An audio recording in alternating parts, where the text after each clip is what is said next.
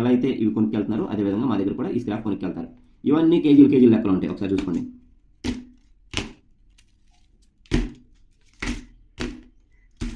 ఇవే ఇంకా చాలా ఉన్నాయి. ఇవి ఇంటి దగ్గర ఉన్న క్వాలిటీ కాంబోలు ఇవన్నీ. షాప్ దగ్గర ఇంకా చాలా కాంబోలు ఉంటాయి అన్నమాట. సో కాబట్టి వీటిని కేజీ లెక్కలు అమ్మేస్తాం. ఈ కేజీ లెక్కలు అమ్మిన కాంబోస్ ఏవైతే ఉన్నాయో వీటిని రీప్యాక్ చేస్తారు.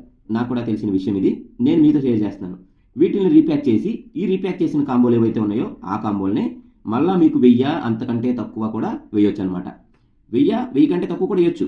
కాకపోతే దీని డ్యూరబిలిటీ బాగోదు, డిస్ప్లే కాంట్రాస్ట్ బాగోదు, డిస్ప్లే బ్రైట్నెస్ బాగోదు, కలర్ బాగోదు, టచ్ రెస్పాన్స్ ఉండదు, ఫ్రీక్వెన్సీలు ఉండవు, టచ్ యాక్యురసీలు ఉండవు. సో ఇవన్నీ కన్సిడర్ చేసుకోండి. ఎందుకు అంటే ఇవన్నీ ఒక కాంబోని తీసుకున్నాం, దీన్నే రీప్యాక్ చేసాం, ఈ రీప్యాక్ చేసిన కాంబోనే మళ్ళీ మనకు వస్తుందన్నమాట. సో అంటే దీన్ని రిపేర్ చేసి మళ్ళీ మనకి ఇస్తున్నారు, తద్వారా మళ్ళీ మనం వేసుకుంటున్నాం. రీప్యాక్ చేసింది కాబట్టి రీఫర్బిష్డ్ మొబైల్స్ అని ఎలా అంటారో రీఫర్బిష్డ్ వేరు. రీఫర్బిష్డ్ అంటే వాడేసిన మొబైల్ బాగున్నదాన్ని మళ్ళీ అమ్ముతారు, చిన్న రిపేర్లు ఏమైనా ఉంటే చేసి.